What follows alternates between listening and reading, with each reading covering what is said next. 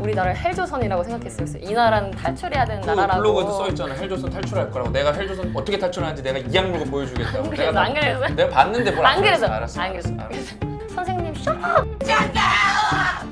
막 소리 지르고 난리도 아니더라고요. 개판인데? 네, 선생님 셔라 그래고 소리 질렀어요. 근데 애들 막 킥킥대고 장난 아니고. 왜냐면 저는 스웨덴이 파라다이스라고 가기 전에 생각했었거든요. 천천히 하는 일반의 오류를 한번 우리가 범해봅시다. 네, 해보겠습니다. 네. 지금부터. 연 PD의 스웨덴 생활. 이제 네. 예, 연 PD님이 스웨덴에서 직접 느꼈던 얘기, 이제 스웨덴 조사한 거 말고 네. 본인이 이제 성급한 일반화까지는 아니고 천천히 하는 일반화의 오류를 한번 우리가 범해봅시다. 네, 해보겠습니다. 네. 지금부터. 첫 번째는 한국이랑 직업 선호도가 달라요. 박사님 이렇게 막 수능 점수 고점수 맞는 애들 보면 어디 다 일반은 의사지 의사. 맞아요. 의사 아니면 교사. 음. 근데 이 의사 교사가 스웨덴에서는 인력난. 그리고 특히 교사는 기피하는 직업이에요. 근데 왜 그러냐면 스웨덴 아이들을 케어하기 너무 힘들고 그리고 난민들이 너무 많이 유입되다 보니까 다루기가 힘들어요. 그리고 제가 교생 실습하면서 느꼈던 건 거기는 이제 텍스트 교과서를 없애고 다 태블릿으로 수업을 하거든요. 엉망진창이었어요. 제가 갔을 때는 막 그럼. 태블릿으로 그 스냅챗 켜가지고 애들끼리 촬영해서 막 보내고 음악 틀고 선생님 셔라 막 소리 지르고 난리도 아니더라고요. 개판인데? 네, 선생님 셔라 그래고 소리 질렀어요. 근데 애들 막 킥킥대고 장난 아니고 그게 흥미로웠어요. 두 가지 직업이 기피한다고. 그래서 외국에서 많이 수입을 해오더라고요. 그리고 두 번째, 늦은 나이는 없다. 이건 뭐냐면 첫 번째로 고등학교 졸업하자마자 대학 가는 경우가 굉장히 드물어요. 뭐 우리나라랑 자주 비교되잖아요. 대학 진학률이 낮다고. 그래서 제 주변 스웨덴 친구들 중에서도 딱 한 명 졸업하고 바로 대학을 갔어요. 안 간 친구들도 있고 그 친구들은 졸업하면 다른 나라 가서 일하거나 아니면 여행 다니다가 내가 정말 공부가 필요하다. 이 지식은 배우고 싶다. 아니면 내가 일을 하다 보니까 학위가 있어야 샐러리를 더 많이 받을 수 있겠구나. 그때 대학을 가더라고요. 그래서 이렇게 대학교에 가면 40대 이상 사람들 많이 볼 수 있어요. 학부에서. 그래서 언제든지 공부를 다시 시작할 수 있는 시스템이고 그리고 왜 늦어서도 공부할 수 있냐. 그 복지 얘기 많이 하잖아요. 학업비 무료고 그리고 내가 스웨덴 국민으로서 공부를 하겠다고 하면 나이가 몇 살이든 간에 정부에서 돈이 나와요. 그게 한 달에 40만 원 정도 되거든요. 그러니까 생계를 유지하는데 어려움이 없고 또 학생 대출을 받을 수 있는데 그 이자가 0.34%예요. 이거 대출 받았고 우리나라 부동산 사도 되겠다. 이거 0.34%면. 그거를 이제 60세 정년퇴직하기 전에만 이제 다 갚으면 되는 거예요. 그러니까 공부하면서 전혀 뭐 경제적인 어려움이 없다 보니까 제 친구가 제 아는 분이 이제 교수로 사람들을 가르치는데 그 대학 안에서도 40대 사람들이 꽤 있다고 하더라고요. 그 신박사의 또 대학생활 꿀팁 중에 하나가 이제 유럽이 학비가 없다 보니까 제가 이제 앞에서는 교환학생인지 학비가 없다 그랬는데 그걸 조금만 자세히 들여다보면은 유럽이 외국인한테는 학비가 높아요 생각보다. 맞아요. 비싸. 그래서 제가 옛날에 찾아봤는 건 요즘에 어떻게 바뀌는지 모르겠는데 제가 알기로 학비가 거의 없는 나라는 독일밖에 없어요. 스웨덴도 덴마크도 학비가 자국민한테는 없고 유러피언 그 연합에 들어있는 나라 애들한테는 없지만 우리가 가서 진짜 그냥 생으로 배우려면 돈을 되게 많이 내야 돼요.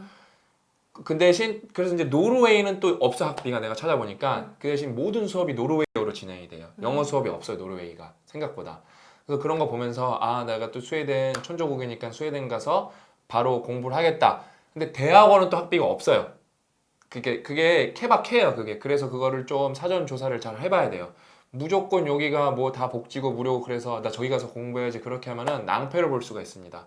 그냥 뭐 이런 거는 구글링만 조금만 해도 나오는 거니까 여러분이 막 근데 제가 알기로 독일이 제일 잘 돼 있어요 독일이. 근데 결국에는 또 공부까지는 할 수 있는데 그 나라에서 여러분이 만약에 적응하고 살고 하려면은 궁극적으로는 그 나라 말을 써야 돼요. 안 그러면 괴로워요. 그냥 평생 뭔가 이렇게 무거운 걸 짊어지고 사는 거예요 기본적으로. 그렇기 때문에 만약에 스웨덴에서 공부를 하고 싶다 그러면은 대학원에서 할 건지 학부로 할 건지 그거를 잘 따져봐야 되고. 그래서 좋은 게 그 교환학생 전략이 되게 좋아요. 제가 볼 때 웬만한 학교면은 스웨덴이나 덴마크, 노르웨이 이런 데 교환학생이 없을 리가 없어요. 잘 찾아서 미국만 교환학생이 정답이 아니라 스웨덴도 그러니까 이런 북유럽도 상당히 좋은 교환학생을 갈 수 있는 곳이다. 이런 걸 아셨으면 좋겠습니다. 뭐 자녀분한테도 알려주셔도 좋고 예, 그래서 또 가볼까요? 네, 그다음 이제 세 번째는 국가에 대한 신뢰가 정말 높아요. 그래서 스웨덴 국민들은 내가 실패해도 언제든지 국가가 나를 도와줄 거라는 마인드를 그러니까 제 주변에 있는 스웨덴 친구들은 다 갖고 있더라고요. 그리고 이 책을 보니까 그 제 친구들도 세금을 많이 떼는 것에 대한 불평 불만은 해요. 그렇다고 해서 국가가 이 세금을 뭐 딴 데다 쓸 거다라는 생각은 하지 않는다고 하더라고요. 그리고 이 책에서 그 대사님이 하신 말씀이 매 년마다 세금을 가장 많이 낸 사람들을 인터뷰해서 그걸 발표를 한대요. 근데 그 사람들이 하는 말이 내가 돈 많이 벌었으니까 세금을 내는 거는 당연하고 내 세금이 우리 국가가 그 공익을 위해서 잘 쓸 거라는 믿음이 있다. 그러니까 나는 멋있는 거네. 그 마인드가 있더라고요. 이게 고실내 사회의 특징이에요. 그다음에 이제 그러니까 뭐랄까 정치 청렴도, 그다음에 이제 행정 청렴도가 높다 보니까 투명도 여기도 부정부패는 있어요. 근데 이제 워낙 상대적 우리 비해서 워낙 높다 보니까 뭐 국가를 믿는 거죠. 근데 이건 좀 케바케인 게 뭐냐면은 당연히 우리가 다 확인할 수는 없지만 전반적으로 국가에 대한 신뢰 지수를 조사해 보면 당연히 스웨덴이 높게 나오겠죠. 근데 모두가 그런 건 아닌 게 제 이제 그 아망이라는 그 흑인 그러니까 아프리칸 스위디시 친구가 걔는 자기 나중에 미국에서 할 거라는 거예요. 왜? 자기는 열심히 자기가 노력해서 자기가 돈을 더 많이 벌고 자기가 부를 더 많이 가지면 좋겠대요. 스웨덴은 그런 시스템은 아니라는 거예요. 그러니까 여전히 그래도 비율로 하지만 자기는 아메리칸 드림을 꿈꾼대요. 그 다음에 지금 생각난 게 전 세계 1등 유튜버가 누구죠? 퓨디파인데 그 친구도 스웨덴 사람이에요. 그 친구도. 되게 특이하네요. 그러니까. 근데 영어 진짜 잘하잖아요. 그 퓨디파이도. 영어로만 방송하니까. 아무튼 그래서 이 스웨덴 친구들은 그냥 스웨덴 친구뿐만 아니라 제가 덴마크 친구도 있고 있었는데 그러니까 그 친구 다 미국으로 온 거예요. 자기는 좀 더 뭐랄까 경쟁이 치열한 곳에서 뭐 스웨덴이 그렇다고 경쟁이 없는 건 아니고 자기가 그러니까 위너 테이크스 올을 하고 싶어 하고 그다음에 거기서 자기가 보상도 더 많이 갖고 싶어 하는 거예요. 그러니까 복지보다는 자기는 자유 경쟁이 더 한번 자유 경쟁이 치열한 곳에서 일을 해보고 싶다. 근데 그런 친구들 좋은 게 뭐냐면은 난 너무 부러운 게 뭐냐면은 기본적으로 영어를 잘하니까 영국도 갈 수 있고 미국도 갈 수 있는 거고 그다음에 영어를 잘하는 것뿐만 아니라 내가 아까 앞편에서 이제 연피님이 설명해 준 거 보고 이제 알았어.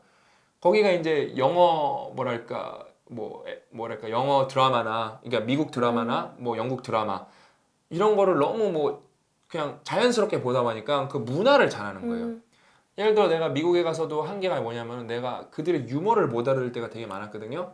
근데 그 친구들은 그걸 아주 자연스럽게 다 동화될 수가 있는 거예요. 왜냐면 나는 이제 이거 보니까 알았어. 퓨디파이가 왜 성공할 수 있냐면 미국 문화를 되게 잘하는 거예요. 왜? 문화를 모르고서는 절대 크게 성공할 수가 없거든요. 예? 그러니까 사람들이 원래 영어가 여러분 잉글리시잖아요. 잉글리시가 뭐 영국인이에요 심지어. 근데 우리한테 표준 잉글리시는 어디예요? 노스 아메리카 잉글리시예요. 왜? 우리가 보는 모든 블록버스터 이런 거는 할리우드에서 나오는 거지 영국에서 나오는 게 아니에요.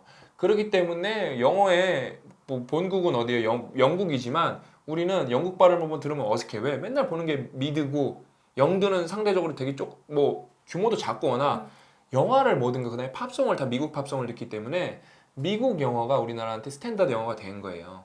그러니까 근데 이제 그렇게 하면서 문화를 알아야 되는데 우리는 그런 것도 모르고 자연스럽게 우리가 문화에 이게 그러니까 컬처럴 콜로니 그러니까 문화적 식민지라 그러거든요. 사실상 미국은 더 이상 이제 막 군사로 막 세상을 점령할 필요가 없어요. 전쟁으로 왜? 문화적으로 이미 다 점령을 하고 있거든요, 진짜. 그 플랫폼으로도 점령을 하고 있고. 그냥 자연스럽게 그 문화를 알아야 되는데 저는 이렇게 덴마크 친구들이나 스웨덴 친구들은 오늘 연PD님 설명 듣고 저렇게 자연스럽게 엔터나 이런 거 영화를 이런 걸 보면서 미국 문화를 전혀 이질감 없이 받아들이는 거라. 왜? 나 가끔 나 미국이나 이런 거 살 때 그다음에 싱가포르 있을 때 외국 사람들 보면 얘네가 왜 웃지? 나는 그게 안 저도 진짜 많이 진짜 느꼈어요. 짜증났었어 난 진짜. 네?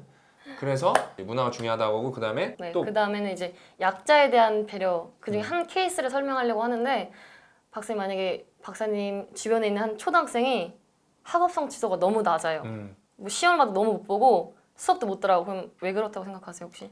열심히 안 했으니까 그렇겠지. 네, 저도 그렇게 생각했어요. 저는 초등학생 때 저희 부모님한테도 안 맞았는데 선생님한테는 맞아봤거든요. 성적이 안 나온다고. 그건 좀 잘못된 것 같아. 성적 안 나온다고 왜 패는 건 좀. 그러니까 잘 모르겠어요. 근데 제가 스웨덴 교생 실습하면서 하나 신기했던 게 그 어떤 한 학생이 있었는데 맨날 자기 책상에서 공부를 안 하고 맨 뒤에서 노트북 갖고 혼자 수업을 하는 거에서 쟤 뭐 하는 거지? 근데 이어폰 끼고 맨날 있는 거에서 선생님이 쟤를 수업 동참을 안 시킬까 그래서 궁금해서 나중에 한 며칠 있다 물어봤어요. 그래서 이게 뭐예요? 그랬더니 저 친구 사실 난독증이라고. 그래서 맞아. 텍스트 자체를 읽는 걸 너무 힘들어하고 아무리 공부해도 성적을 받을 수 없는 몇 거예요. 프로가 난독증이라 그랬죠? 이렇게는 미니멈 5에서 맥시멈 거봐, 엄청 많은 거야. 열에 한 명에서 20명에 한 명이면 난독증이 많은 건데 나 같은 무식한 사람들은 뭐라고 그냥 치부해버리는 거예요? 자식 너 왜 공부 안 하냐고. 되게 슬픈 현실이죠 그게. 예. 맞아요. 그러니까 우리가 봤을 때는 네가 믿음이 없어서 그래, 네가 제대로 된 방법으로 공부를 안 해서 그래 할 수도 있지만 그 친구들은 텍스트 자체를 읽기를 힘들어해서 그럴 수도 있다는 거죠. 그러니까 스웨덴은 그걸 정기적으로 학교에서 검사를 진행한대요. 그래서 선진국. 그 친구들을 위한 음성 파일이 다 있어요. 모든 교과서에. 그 친구는 다른 친구들이 텍스트를 읽는 동안 음성 파일을 들으면서 공부를 하더라고요.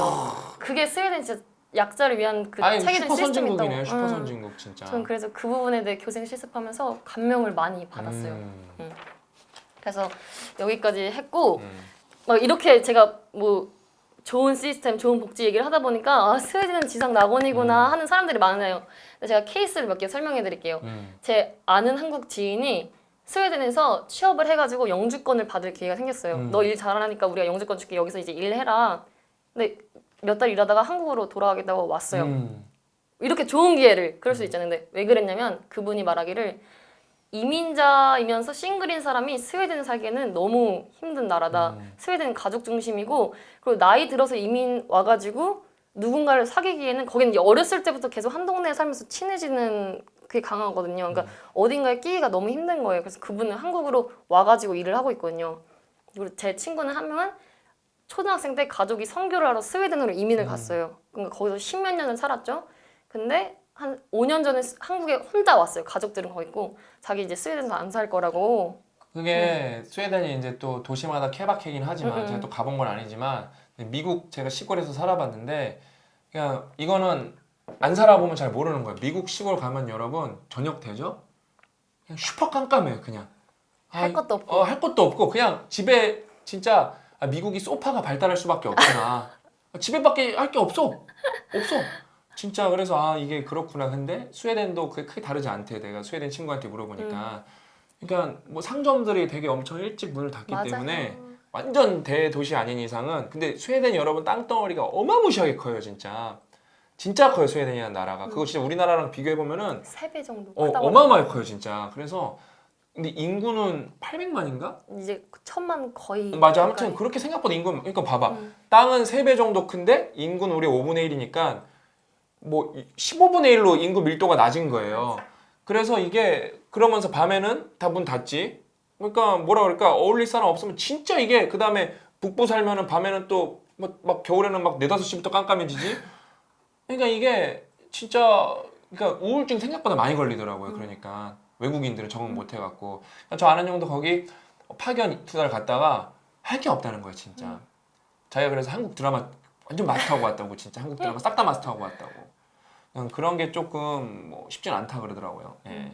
또 한 가지는 이제 아파도 치료받을 수 없는 현실 이건데 아까 제가 의료비가 굉장히 저렴하고 무상인 것도 많다고 했잖아요.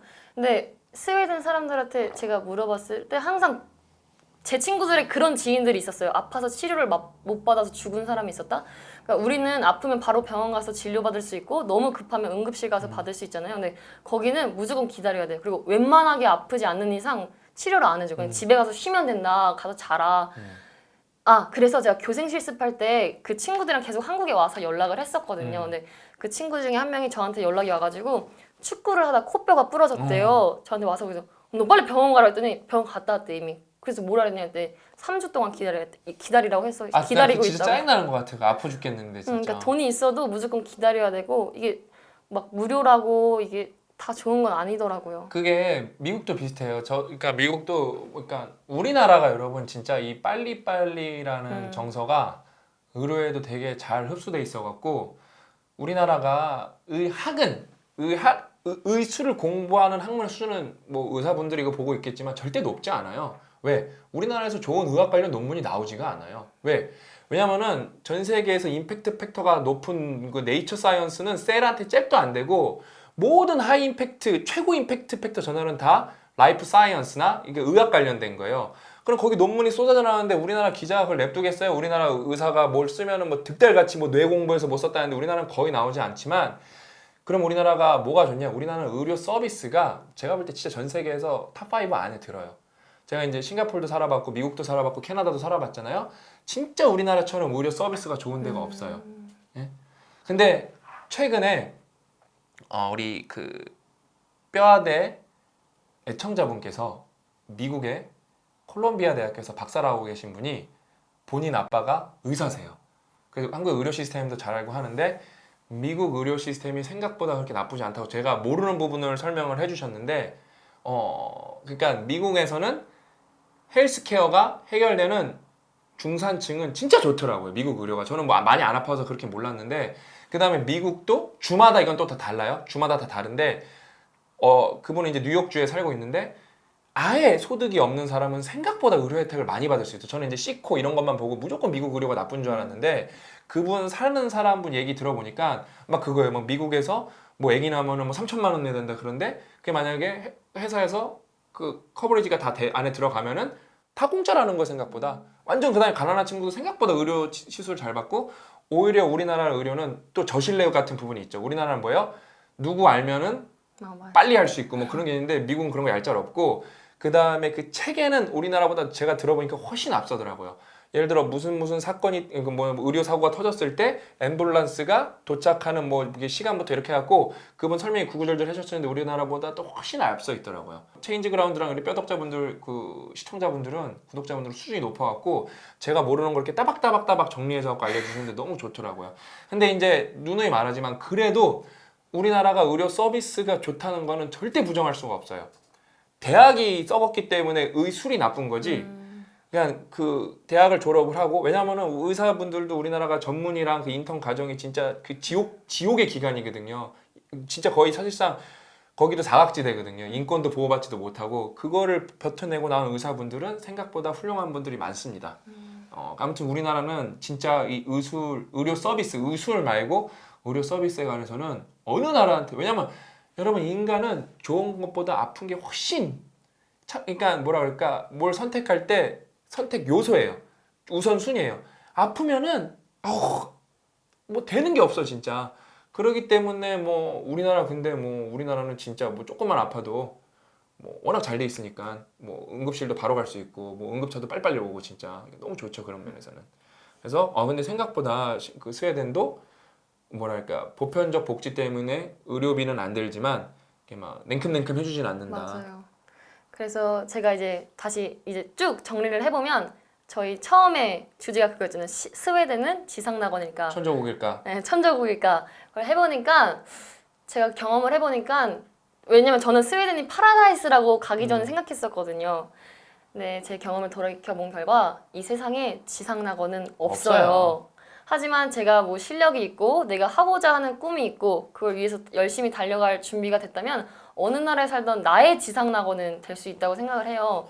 결론 멋있는데? 네, 근데 다만 사람들이 스웨덴을 지상낙원이라고 불리는 이유는 뭐 약자, 소수자, 그리고 실패자에 대한 안전망이 체계적으로 되어 있지 않기 때문일까 싶어요. 제가 그 교환학생 갔었을 때 교육학 수업을 들으면 이제 스웨덴 친구들이랑 같이 들었거든요. 그래서 한국 교육 시스템, 정치 이야기를 해주면 그 친구들이 귀가 닳도록 똑같이 하던 말이 있어요. 려나야 알겠어. 너무 걱정하지 마. 우리 할머니, 할아버지 때도 너네랑 똑같았어. 라는 말을 많이 하더라고요. 이 책에서도 그 대사분이 똑같은 말을 하세요. 현재 한국의 상황이 스웨덴 5, 60년 전의 상황과 비슷하다. 제가 10대 후반 그리고 20대 초반까지 우리나라를 헬조선이라고 생각했어요. 이 나라는 탈출해야 되는 그 나라라고. 블로그에도 써있잖아. 헬조선 탈출할 거라고. 내가 헬조선 어떻게 탈출하는지 내가 이악 물고 보여주겠다고. 안 그래서 내가 봤는데 뭘 안 그래서 알았어. 그랬는데 스웨덴 경험해보고 공부를 해보고 또 한국에 대해서 점점 알아가다 보니까 우리나라처럼 또 살기 좋은 나라가 그럼요. 없구나라는 생각을 깨닫게 됐어요.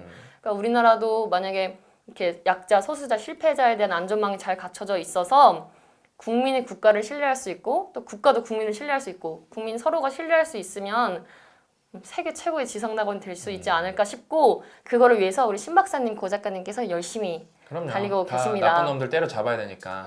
그러니까 그 이민에 대해서 얘기를 많이 하는데 그래도 제가 볼 때 스웨덴보다 우리가 좀 이민을 한결 가기 수월한 나라가 독일이거든요. 왜냐면 독일이 우리나라랑 비슷한 산업도 많고 해갖고 가는데 독일에 이민을 한 10명 가면 9명이 실패해서 돌아와요. 일단 언어적인 부분이 제일 크고 그다음에 문화적인 부분이 커서 생각보다 적응 못합니다. 그 다음에 여러분 이제 맥락이 중요하고 이제 어떤 히스토리가 있었는지 그걸 알아야 되는데 여러분 일단 스웨덴이 왜 선진국이냐 여러 가지 이유가 있어요. 그 역사적으로도 몇 차 대전이죠. 몇 차 대전 때 스웨덴을 그냥 패싱 시켜줬잖아요. 그 히틀러가 몰고 올라갈 때 제가 지금 정확하게 제가 역사는 또 여갈몰이어서 생각 안 나는데 그래서 스웨덴이 그게 있어요. 제가 그 유럽 친구들이랑 얘기해 보니까 그 배신자 이미지가 있더라고요. 아마 제가 자세히 모르니까 우리 체인지 그라운드 그 역자랄들이 그 정리해 주시면 돼요. 그래서 그렇게 운적인 부분도 있었고 그다음에 여러분 스웨덴이 철광석이 뒤지게 많아요. 노르웨이는 뭐가 많죠? 석유가 뒤지게 많아요, 진짜. 그러니까 천연 자원이 어마어마하기 때문에 우리나라는 여러분 맨날 우리나라가 정말 대단한 나라예요. 칡불도 우리나라 시멘트밖에 없는데 진짜 시멘트 팔아먹지도 못한단 말이에요, 딴 나라에다가. 근데 아무것도 없는데 진짜 비슷한 수준까지 올라간 것 자체가 전 진짜 대단하다고 보거든요. 맞아요. 그냥 천연 자원이 많기 때문에 그것만 팔아먹어도 이 나라는 언제든지 일어설 수가 있어요. 그런 거 맥락을 다 배제하고 무조건 여기는 좋은 나라다. 그러면은 좀 답이 없는 거죠. 답이 없는 거예요. 그리고 오늘 이제 연 PD님이 잘 이제 스웨덴 얘기 정리해 주셨는데 저는 그 결론이 되게 멋진 것 같아요. 결론이 뭐냐면은 제가 말씀드렸죠. 저는 싱가포르 살아봤고 미국 살아봤고 토론토 살아봤고 그냥 한국도 살아봤는데 나도 똑같아. 내가 실력 있으면 어디든 다 살 수 있고 어디든 다 좋아요. 왜? 어느 나라나 장점이 있고 어느 나라나 단점이 있어요. 그게 핵심이에요. 오늘 아주 결론이 너무 좋아요. 근데 그거를 만약에 장점만 본다? 그럼 진짜 답이 없는 거거든요. 예? 미국 살면 무조건 좋을 것 같아요? 그렇지도 않아요. 실리콘밸리 살아봐요. 2억 넘게 받아야 2억을 넘게 받아야 300만 원, 400만 원을 저금할 수 있을 때 2억을 넘게 받아요. 예? 우리나라에서 1억 정도만 받아도 300만 원, 400만 원 저금하는데 문제 없거든요. 거기 그 똑같은 퀄리티의 삶을 사는데 그냥 물가가 워낙 비싸고 거기는 또 노동 유연성이 너무 높다 보니까 하루 만에 잘릴 수도 있어요. 제가 옛날에 싱가포르 국립대에 있을 때 스탠포드 다니던 친구가 싱가포르 국립대로 왔어요. 근데 스탠포드에서 석사까지 하고 싱가포르 국립대로 올 필요는 없거든요, 딱히. 이미 뭐 최고 대학교에서 한번 찍었기 때문에. 그 친구가 온 이유가 되게 간단해요. 자기가 태양광 업체에 취업을 했는데 다음날 부도가 나서 다음날 잘리고 또 취업했는데 일주일 있다가 또 잘렸다는 거예요. 구조조정으로. 그래서 자기가 이제 생계는 해결해야 되고 그 다음에 때마침 싱가포르에서 프레지던트 스콜라십 이런 게 열려갖고 그게 장학금도 많으니까 받으러 온 거예요.